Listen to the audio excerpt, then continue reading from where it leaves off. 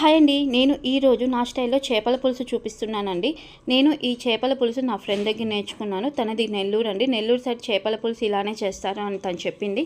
ముందుగా మూకల్లోకి నూనె, అలానే ఉల్లిపాయ, పచ్చిమిర్చి, టమాటా ప్యూరీ వేసిన తర్వాత టమాటా ప్యూరీ కొద్దిగా మగ్గిన తర్వాత ఉప్పు, పసుపు, కారం కూడా వేసుకొని మగ్గనివ్వాలండి.